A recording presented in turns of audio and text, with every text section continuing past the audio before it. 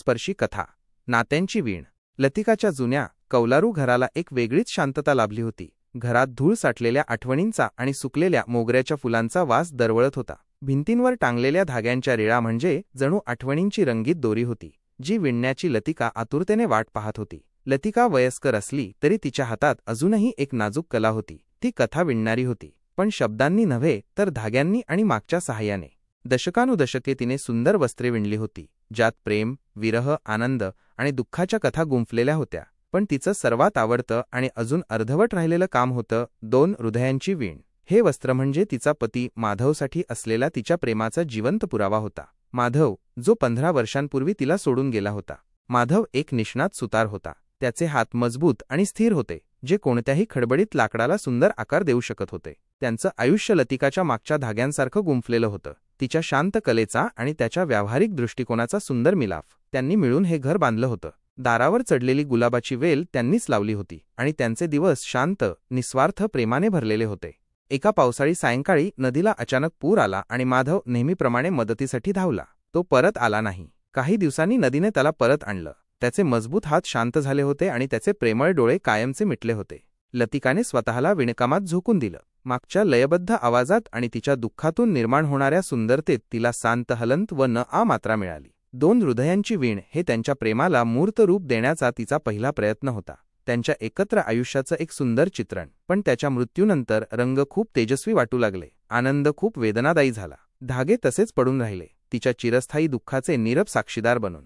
एके दिवशी वादळी शरद ऋतूच्या संध्याकाळी तिच्या शांत घरात कोणीतरी दार ठोठावलं. लतिका घाबरून दाराजवळ गेली आणि तिला एक तरुण मुलगी दारात उभी दिसली, जिच्या हातात एक जुना फोटो होता. तिचे डोळे वादळी समुद्रासारखे निळे, भीती आणि आशेच्या मिश्रणाने भरलेले होते. माफ करा, ती मुलगी म्हणाली. तिचा आवाज थोडा कंप पावलेला होता. माझं नाव मीरा आहे. मला वाटतं तुम्ही माझ्या आजोबांना, माधव ओक यांना ओळखत असाल. लतिकाचा श्वास रोखला गेला. माधव ओक. कितीतरी वर्षांनी तिने त्याचं पूर्ण नाव ऐकलं होतं. तिने मीराला आत बोलावलं. तिचं हृदय धडधड करत होतं. मीरा आत आली आणि तिची नजर लतिकाच्या विणलेल्या वस्त्रांवर फिरली. तिने एका लहानशा फ्रेम केलेल्या वस्त्राकडे बोट दाखवलं, ज्यात एका मजबूत ओकच्या झाडावर 2 अक्षरे कोरलेली होती. त्यांच्याकडे अगदी अशीच एक नक्षी होती. ती हळू आवाजात म्हणाली. तिचा गळा दाटून आला होता. गरम चहाचे घोट घेत मीराने तिची कहाणी सांगितली. माधव अनेक वर्षांपूर्वी त्यांचं छोटं गाव सोडून कामाच्या शोधात आणि नवीन आयुष्याच्या शोधात गेला होता. त्याने काही दिवस पत्र पाठवली, पण नंतर अचानक पत्र येणं बंद झालं. मीराच्या आईने नेहमीच त्याची आठवण जपून ठेवली होती आणि तिच्या मृत्यूनंतर मीराला हे जुने फोटो आणि एका नकाशावर एक लहान घर खुणावलेले दिसले. अशा प्रकारे ती लतिकापर्यंत पोहोचली होती. मीरा बोलत असताना लतिकाला अनेक भावनांनी घेरलं. माधवने कधीच त्याच्या घरच्यांबद्दल काही सांगितलं नव्हतं. त्यांचं एकत्र आयुष्य इतकं परिपूर्ण, इतकं स्वतःमध्ये पुरेसं वाटत होतं. त्याच्या भूतकाळाचा हा खुलासा म्हणजे एखाद्या ओळखीच्या घरात एक गुप्त खोली सापडण्यासारखं होतं. तिने मीराला 2 हृदयांची वीण दाखवली, ज्याचे तेजस्वी रंग आता वर्षांच्या धूळ आणि दुर्लक्षामुळे फिकट झाले होते.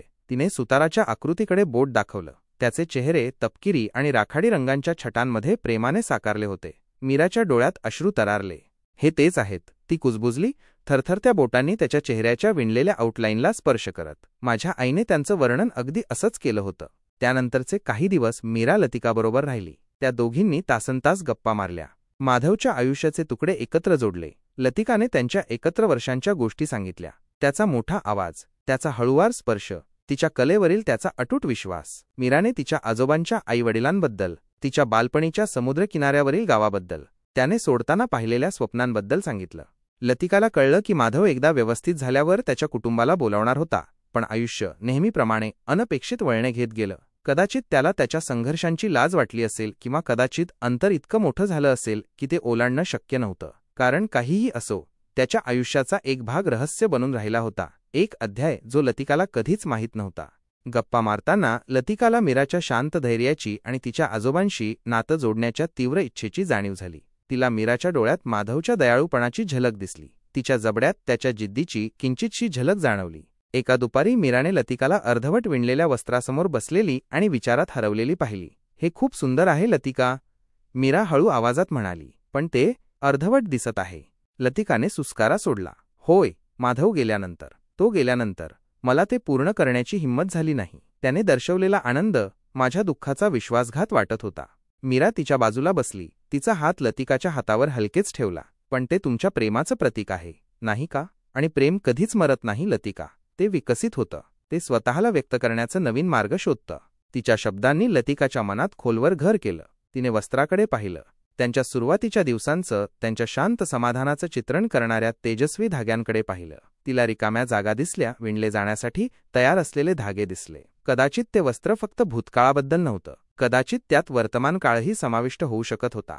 मीराने तिच्या आयुष्यात आणलेली अनपेक्षित नात्याची भेट.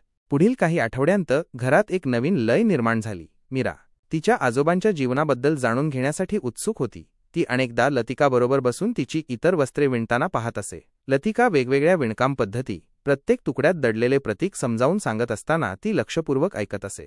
एके दिवशी लतिकाने 2 हृदयांच्या विणीचे अर्धवट राहिलेले धागे हातात घेतले. तिचे हात सुरुवातीला थोडे थरथरले, पण लवकरच त्यांना त्यांची जुनी कुशलता आठवली. मीरा तिच्या बाजूला बसून तिला शांतपणे प्रोत्साहन देत होती. या भागासाठी तुम्ही कोणते रंग वापरणार आहात? मीराने त्यांच्या घराच्या चित्राजवळ असलेल्या एका रिकाम्या भागाकडे बोट दाखवत विचारले.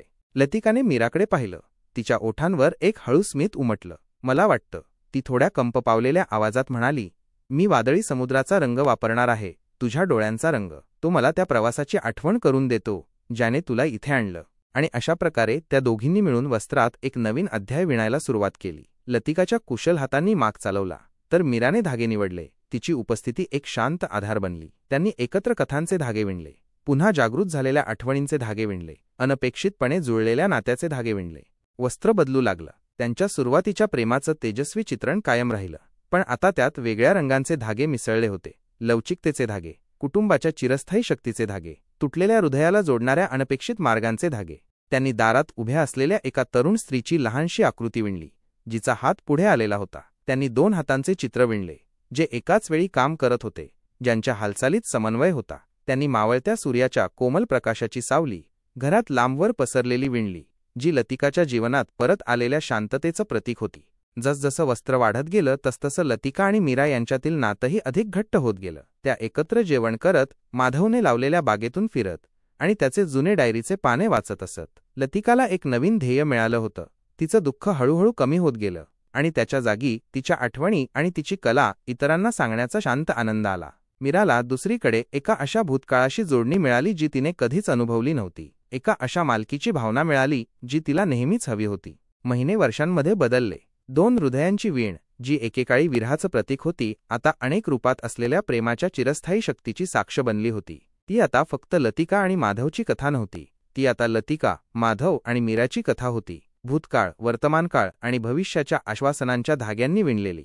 एके वसंत ऋतूच्या सकाळी जेव्हा घराबाहेरच्या गुलाबाच्या वेलीवर पहिली फुलं उमलली, तेव्हा लतिका मागच्या बाजूला उभी राहिली. तिचे डोळे शांत समाधानाने भरलेले होते. वस्त्र पूर्ण झाले होते. ते एक समृद्ध आणि गुंतागुंतीचं काम होतं, तेजस्वी रंगांनी आणि बारकाईने भरलेलं. त्यात प्रेम मिळाल्याची, प्रेम गमावल्याची आणि सर्वात अनपेक्षित मार्गांनी प्रेम पुन्हा मिळाल्याची कथा होती. मीरा तिच्या बाजूला उभी होती. तिची नजर आदराने भरलेली होती. हे खूप सुंदर आहे लतिका. ती कुजबुजली. तिच्या डोळ्यात अश्रू तरारले. लतिका हसली. तिचा हात मीराच्या हातावर ठेवला. ही आपल्या हृदयांची कथा आहे मीरा. एकत्र विणलेली, कायमची बांधलेली. 2 हृदयांची वीण आता घराच्या मुख्य खोलीत टांगलेली होती. एक जिवंत आठवण करून देणारी की विरहाच्या गर्तेतही प्रेम नवीन धागे शोधू शकतं, नवीन कथा सांगू शकतं आणि नवीन हृदयांना जोडू शकतं. आणि त्या शांत घरात, जुन्या लाकडाच्या वासाने आणि मागच्या हळू आवाजाने भरलेल्या घरात, लतिका आणि मीरा त्यांची स्वतःची कथा विणत राहिल्या. नात्यांच्या चिरस्थायी शक्तीची आणि विसरलेल्या स्वप्नांच्या धाग्यांतून निर्माण होणाऱ्या सौंदर्याची साक्ष देत.